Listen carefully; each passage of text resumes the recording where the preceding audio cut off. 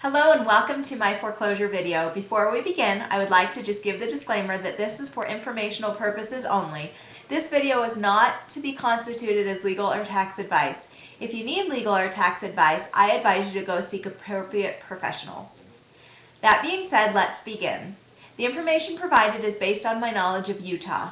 Other area foreclosure processes may differ, so please seek professional advice in your local area if you are not located in Utah. Foreclosures are a way for lien holders or mortgage companies to take back an asset or mortgage that has not met the terms and provisions of the promissory note or mortgage note. Basically, if you don't pay, you don't stay. That being said, a lien holder must by law give an occupant or the person that has that mortgage a minimum of 180 days before they foreclose. That means that if you are 30 days behind on your mortgage, even if you're getting threatening, nasty letters, they can't foreclose for another 5 months minimum. The process of foreclosure is legal, and so the mortgage companies or lien holders are required to follow the law. Essentially, there are two steps in the foreclosure process. One is the notice of default. When you are 90 days late minimum, so they can't file a notice of default if you are less than 90 days late, but once you are 90 days late, the lien holder can file what's called a notice of default. The notice of default is the document that lets you know and also notifies the public that the property is going into foreclosure.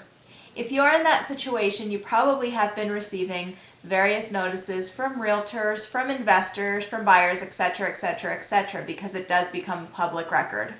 That notice of default, again, is public notice and notice to you, notifying you that they are beginning the foreclosure proceedings.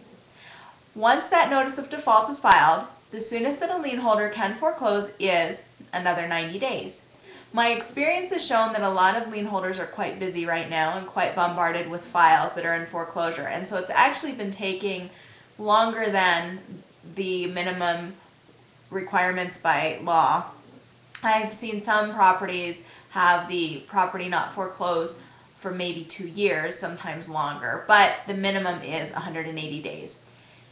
Also, generally I see the notice of default getting filed more than the 90 days because typically it's stuck in the legal department for a month or two. But if you're looking at worst case scenario, it is 90 days and then 90 days. If it takes 10 months for your mortgage company or your lien holder to file a notice of default, they still have to wait the additional 90 days once that notice of default is filed. Now, if you are in that situation where you are looking at a potential foreclosure, there are a few things that you can consider, which we'll go into depth in another video. But these are your options, a rundown of your options. You can bring your mortgage current. If the notice of default has been filed, then everything is accelerated. So essentially you're going to have to bring that current, pay all of your back payments, fees, penalties, etc., etc.